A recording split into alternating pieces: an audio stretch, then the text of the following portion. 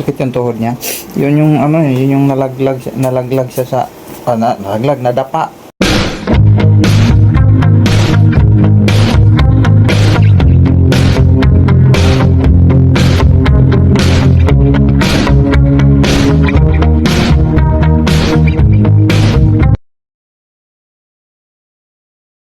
Yan po mga kabisnes ay isang mapagpalang gabi sa ating lahat mga kabisnes na may minamahal.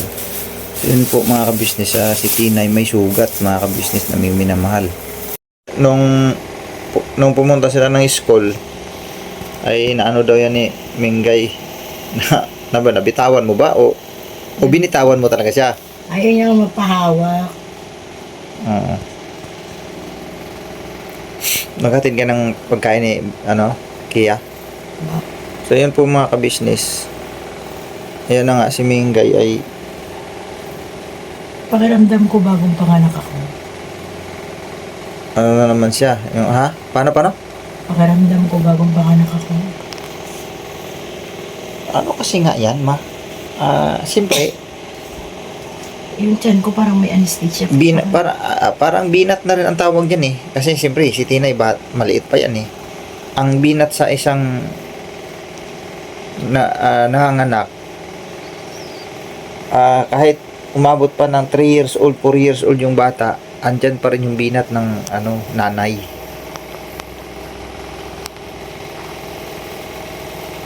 Kasi dalawang araw pa nag-straight naglaba eh. Oh. Nararamdaman ko yung likod ko. At saka yung hiwa ko. Yung tiyan ko, pakiramdam ko ang kapal. Parang may anesthesia pa. Yung ulo ko napakalaki. Yung pakiramdam ko napakalaki. Kanina nung hinilot kita, yung katawan mo sobrang lamig. Pero mainit yung loob ng katawan ko. Oh, mainit. Pero ang lamig ng katawan mo kanina, ang hinapsos, grabe ma. Parang yelo. Tapos yung wala man, yung di ba pinagawa ko yung motor single ko kay Tatay Matt? Si Tatay ba? Si Tatay Matt, yung naalala mo ba yung sidecar na yun nanghiram tayo sa kanya ng sidecar dati na nagugulayan pa tayo nung during pandemic time? Doon ako nagpagawa sa kanya kasi marunong siya maggawa ng yung sa susi ng motor. Kita ko yung sidecar niya doon yung tambutso ng sidecar niya yung maingay na. Ilang beses na rin yun hininang, hindi rin umuubra, sobrang ingay. Kasi nga singaw. Doon banda sa may puno ng tambutso. Sobrang ingay. Sabi ko kay Tatay, siyempre di ba kasi nung dati-rati nung pagka tayo humiram ng sidecar na yun, pinapahiram sa atin yun eh. Kaya sabi ko tayo, bayaan mo tayo, maghahanapan ko ng yan, sa mga surplus, yung sa mga junk shop ba, makasakali may makita ako tayo, kahit ako na bumili. Kasi naalala ko kasi itong sidecar na tayo, kumbaga may sa akin to eh. May sentimental value sa akin to kasi nung kasagsagan ng pandemic, di ba wala naman tayong sidecar nung naglalako tayo, di ba?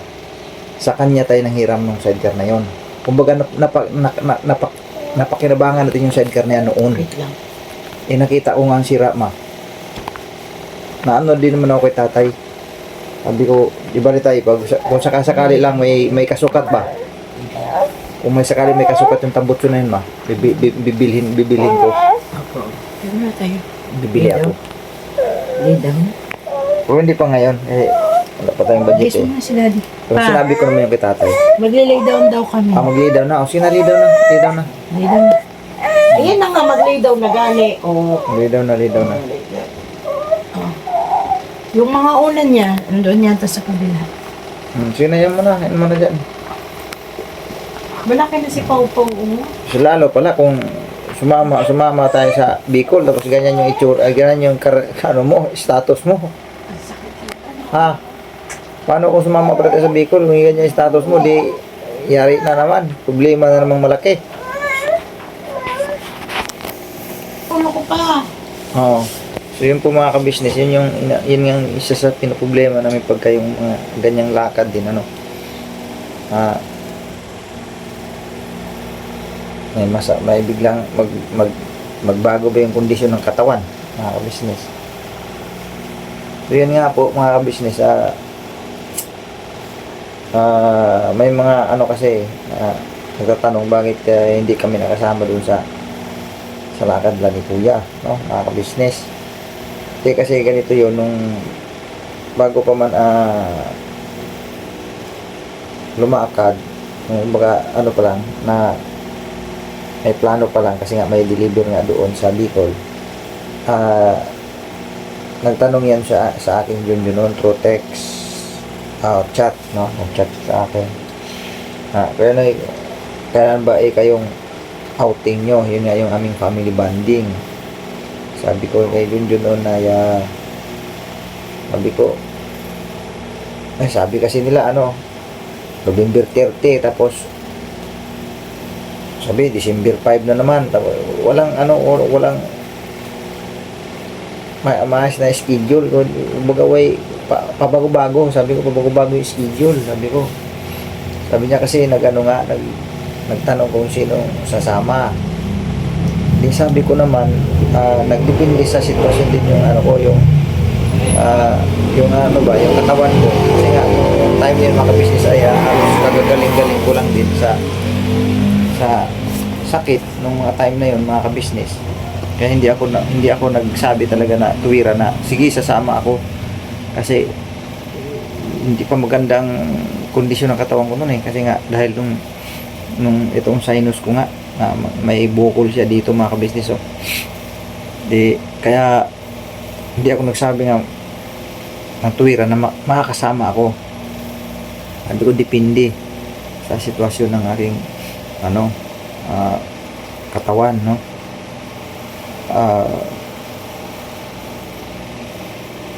And then noong ados ay natuloy yung aming family bonding. So ngayon disipline lumarga kami kasi natuloy.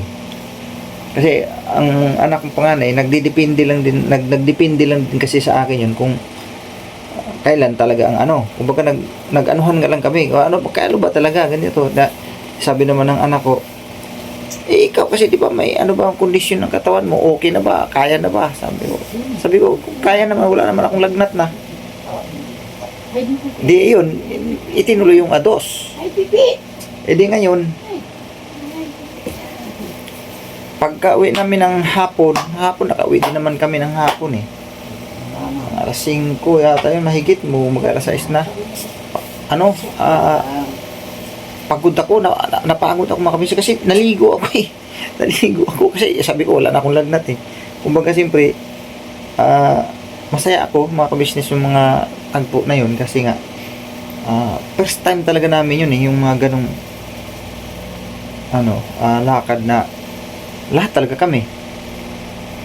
Kasi sabi ko nga pagka umaalis kami dito sa pamilya namin ba, pag halimbawa may lakad, hindi talaga kumpleto. Hindi kumpleto. Kung halimbawa ako, si Mengay, si Kia, ganyan, pupunta dun sa mall, halimbawa, ganyan, hindi talaga kami kumpleto.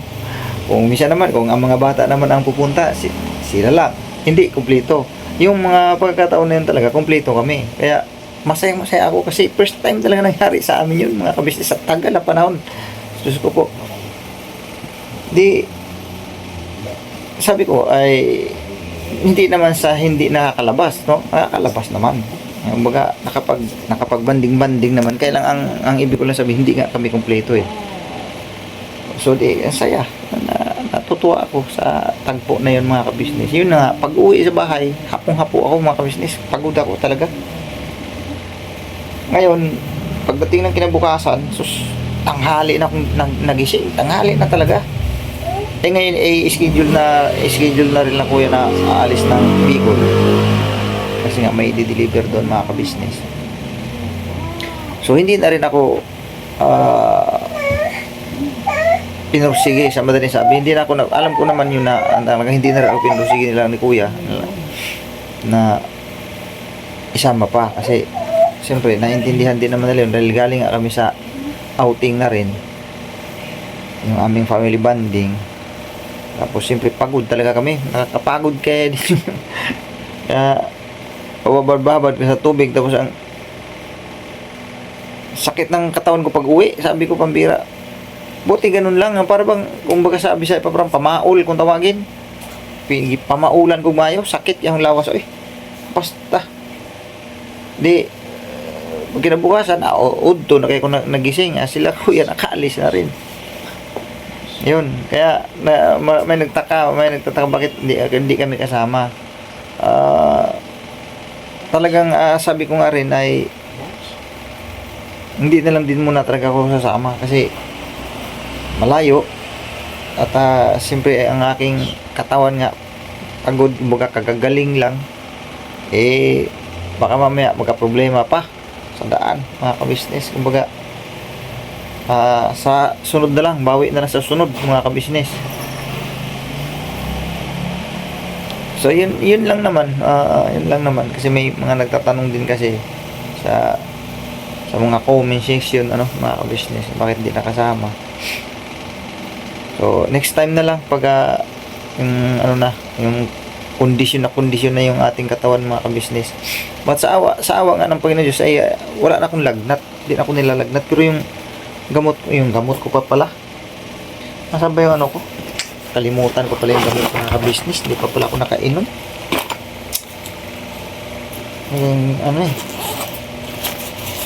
Talaga ito, may gamot pa ako, mga ka-business. Yan inom kong gamot ngayon, mga ka-business, dito sa ilong ko. Ito. Ha? Tayo ka muna. Ayaw na ko muna. Sandali lang, bebe. Yung electric fan kasi, ma. Kasi yung electric fan, nakatutok sa'yo. Malamig kasi ngayon eh.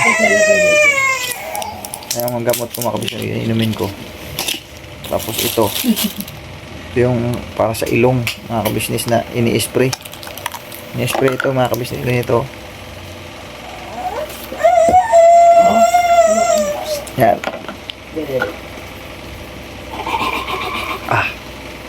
Yan. Ganito, bali. Pag naubos to, bali ang kailangan kong ubusin, mga kabisnes, 4 na ganito. 4. Una pa lang ito, mga kabisnes, may 3 pa. Kasi sa loob po siya ng 2 months, mga kabisnes. Kailangan ito maubos mo to sa loob ng 2 linggo, mga kabisnes. Yan. Yung gamot ko, inumin ko pa ito. Dito. So ngayon, mga kabisnes, yun na nga. Salamat at hindi na ako nilagnat dahil dito kasi nakainom na ako ng gamot. Ito naman ngayon si Mingkay ang masama ang pakiramdam. Diyos ko po. Buti nga nahimasmasan, Hinilot ko na hinilot yan, mga kabisnes. Hindi ko alam kung sa pagkain ko to ngayon. Nahirapan ako ngayon. Ha? Makirot dito. Alin? Makirot? Oo. Makirot. Yung dibdib ko. Kakatapos ko lang kumain. Tapos nahiga ako. Hindi ba to? So, kaya nga, huwag ka muna humiga kasi agad. Isa, kasi itong isa naalimpungatan kasi ito eh. Masarap yung sukat niya. Ha? Di ba tayo nagdadapa tayo tapos hindi pa natin mararamdaman yan. Tapos ngayon, ramdam yan mahagdi eh. Sige na, sinam, didi na.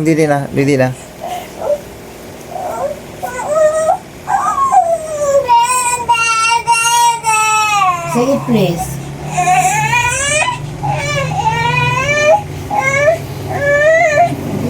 Isa. Kasi nga ayaw ko nga humiga kasi masakit yung dibdib ko eh. Hindi mo. Laki kasi nasugat niya sa mga kabisnes sa tuhod. Ay, yung bang tawag niyan, gas-gas. Masakit pa naman yan mapagtuhod, ma. Sakit niyan. Nagwawala na. Diyos ko. Sinsya na po at ito lang yung vlog ko ngayon, mga kabisnes. Update lang dito sa ano, yung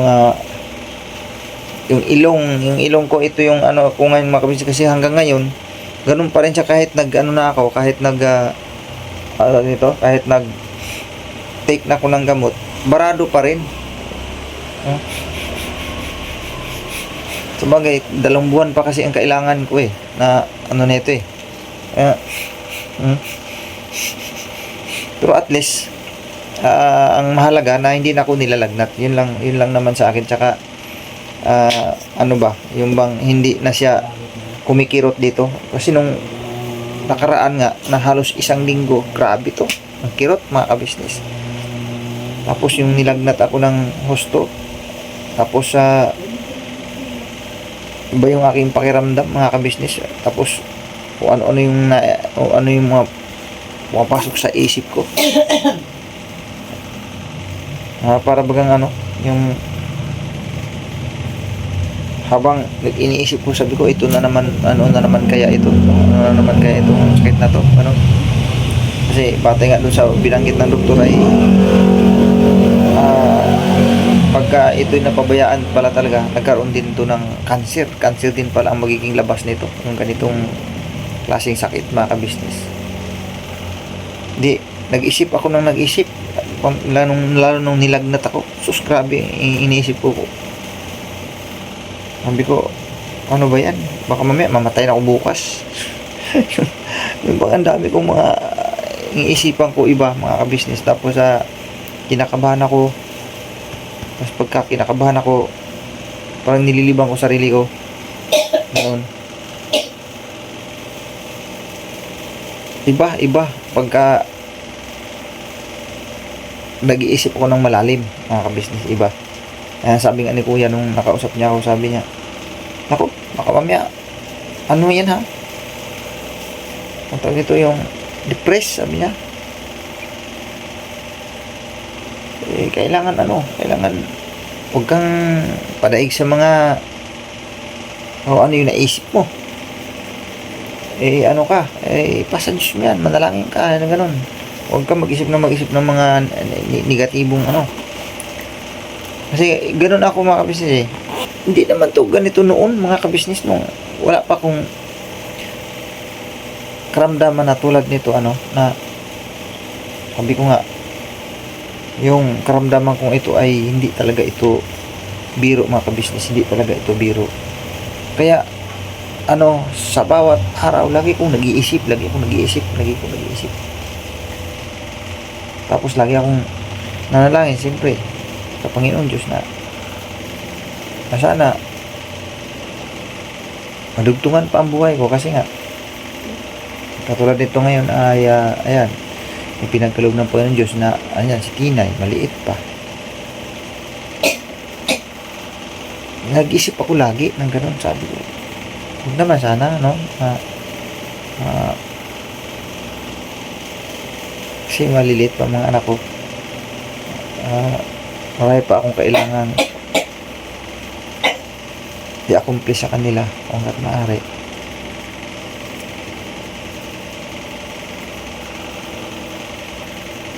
Kaya ano, pagka may sakit ako, ganun ang ano, pumapasok sa isip ko mga kabisnes. Na yun nga, sa madaling salita na ano ako, yung bang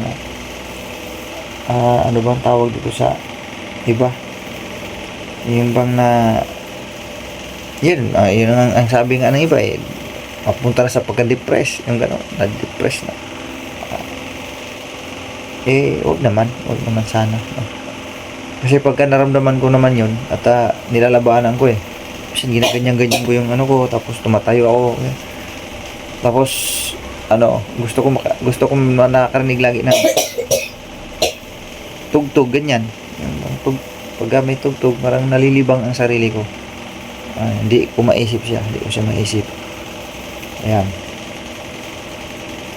Kaya pag nandito ako, mas gusto ko lagi kong hinaharap-harap si Tinay, nagkasap-kausap, ganyan. Kasi nalilibang yung isipan ko.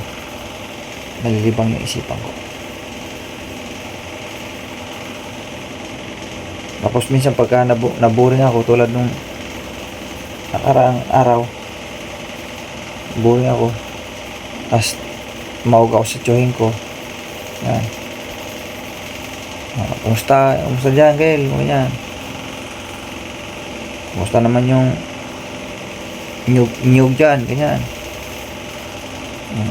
Nalilibang yung sarili ko. Yan nga lang, pagka nag-open na yung uncle ko na, kumusta na yung sakit mo? Gano'n naman yun. Okay kayo, Gail. Sabi ko lang, okay kayo. Okay. Kahit ano ba, dinadala-dala ko. Iba yung aking damdamin. Sabi ko lang, okay. Siyempre, ayaw ko rin mag-alala din sila eh. Kasi pagka sinabi ko hindi okay, hindi yun doon, magsabi yun doon sa mama ko, nako, na naman yung nanay ko. Mga kapatid ko nga, panay ang chat sa akin. Kumusta naman, Manoy ang tawag nila sa akin eh. Kumusta na, Manoy? Ano mo, kondisyon ng katawan mo, Manoy? Kumusta na ba? Ay, okay lang naman. Hindi naman pwedeng sabihin sa kanilang hindi okay. Pero nakita naman din nila sa akin ng mga nakaraan sa vlog na talagang masama yung aking pakiramdam.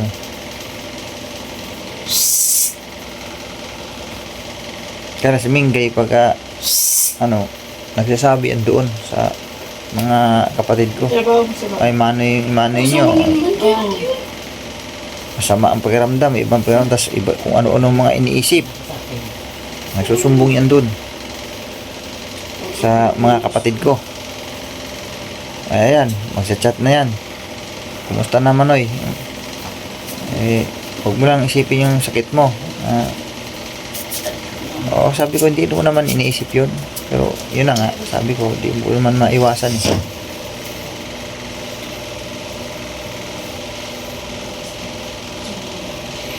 So yun lang po mga ka-business, no? Update sa aking kalagayan, mga ka-business na may minamahal. Sana at tuluyan ang gumaling tong sakit ko.